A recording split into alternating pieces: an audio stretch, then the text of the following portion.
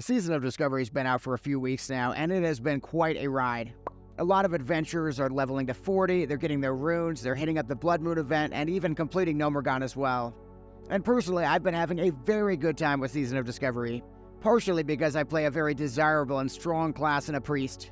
In fact, that's one of the problems I want to talk about in today's video. The 6 problems that Season of Discovery Phase 2 has right now. Because even if people aren't really publicly saying it, a lot of people are quietly complaining about Phase 2.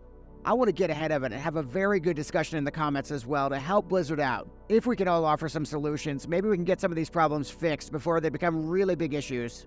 So we're going to start with the new player experience, and then we're going to move into PvE and balancing issues as well.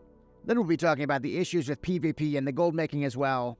Finally, we'll be covering the controversial Blizzard communication that a lot of people are talking about. So let's get started with the new player experience problems.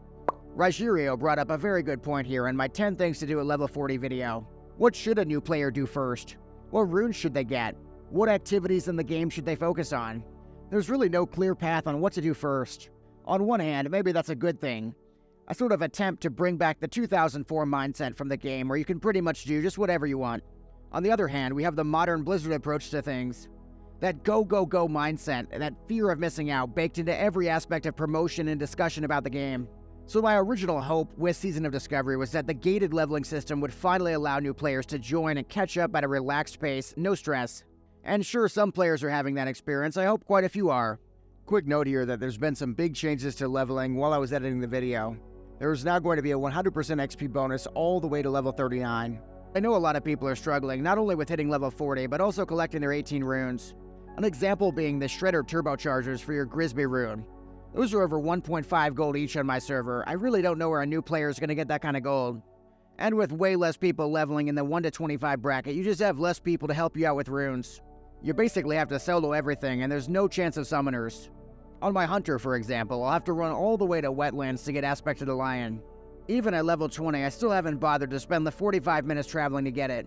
Alright, we've talked new player experience, let's talk rating. So Pat in the comments talked about how nobody wants rogues anymore. Then Farmer Rick Ross followed up talking about how hard it is to get a raid spot as a rogue. But then the really hard-hitting comment came from Fish and Chimp. He talked about getting all his prebis and then nobody ending up wanting him for the raid. From my side, it kind of feels like Blizzard is shaking a snow globe. Then after the snow settles, they go for the balance afterwards. But for every class that gets a big new fun rune, there are a lot of classes struggling as well. Your class might be extremely desirable one week, and then suddenly you couldn't even pay people to find a raid spot. Unfortunately, that's exactly what's happening with rogues right now. Over on the healer side, I even get offered gold to heal Blood Moon and the Nomergons on my priest. Unbelievably enjoyable for me, of course, I'm not complaining. But at the same time, think about all those holy paladins and resto shamans and how sad they must feel right now. We've also got to talk about rune balancing as well. There wasn't a direct YouTube comment about this, but a YouTuber named Jake brought up a point that seems to be growing in popularity. A lot of people, myself included, were kind of hoping Phase 2 would be mostly filler runes. You know, quality of life stuff. Instead, we got a lot more runes that drastically changed the balance of power. And we got even more buttons to press.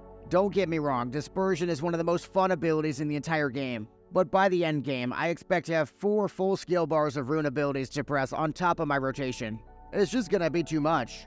It sort of reminds me of Guild Wars 1, a personal favorite game of mine. The game started out balanced, but then the expansions kept stacking more and more abilities on top of each other. At some point, the game became completely unbalanceable and nothing like the original vision. Alright, so jumping into PvP, first we have the Death of Arathi Basin. At this point, if you do anything other than Blood Moon to get your reputation and your honor, you're kind of wasting your time. There's no real reason to do AB by itself unless you're just really looking for some way to progress your character in between Blood Moon. Now Suleiman, he really liked these changes, so maybe I'm in the minority here. He thinks because you don't have to do it for rewards, you don't have to see as many pre-mades, there's just less stress overall. It just isn't a chore anymore. But for me, I kind of like that pre-made atmosphere. I like those very intense games. I'm kind of missing those serious battlegrounds, and it doesn't feel like the PvP is being fully explored this phase other than Blood Moon.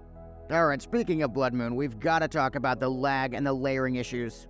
So M2 Myler brings up a very good point about being layered away in STV and PvP in general. The problem is that Blizzard made a really fun event in Blood Moon, the exact kind of event I dreamed about. But as more players have hit 40, the event's gotten laggier and worse and worse. At peak hours, the delay is often 4 or more seconds between actions, which just feels completely unacceptable in a modern game. Then we have the layering issues where you head to Blood Moon and then half your team ends up on a different layer and you never get to play together. That is the exact kind of experience where your team just kind of gives up and goes to do something else. In the end, it all comes down to the layering system. From what I've read, it just isn't viable to have more than a certain number of players in a layer. My 2-cent solution is to let people actually pick their layer. You could even help people by showing them the exact population of layers so they could pick a less full one. If a layer is at capacity and it'll be laggy and terrible, let us pick a different layer. Alright, so let's move into gold. This is in response to a comment from Andrea. Andrea hit level 40 and then wasn't sure how to pay for a mount or even where to start. The TLDR is that the level 40 bracket was always going to be really expensive to play. As a gold farmer, I was pretty happy with that. Jumping in here with another editor note, which is that they just added bonus gold for questing and waylaid supplies as well, and lowered the mount cost too. We'll have to see if this helps with gold issues, but anyways, back to the video. You gotta get your mount for 100 gold, then you've gotta get your full prebis, in a lot of cases that requires crafted gear as well. You gotta get your consumables for the raid as well, and keep in mind that groups that wipe a lot more, they end up using way more consumes. The big problem is that gold making hasn't just magically quadrupled in speed. Questing at 40 isn't a massive jump up in profit. And then mob grinding is extremely overcrowded, and there's rumors of bot activity as well, which is something Dualities brings up. It makes sense, these level 40 zones really aren't designed for 20,000 people to be in them at the same time. Blizzard somehow didn't see this coming though. They added even more gold sinks to the game, like the Epic Helmet questline. And of course all those extra recipes you gotta buy from the vendor as well. The results are that the economy kind of feels broken right now. In a mode where a big draw should be gearing up your character and really enjoying PvP, the real endgame kind of feels like it's farming gold. That's hardly an endgame most players want to play for unless you're Scrooge McDuck.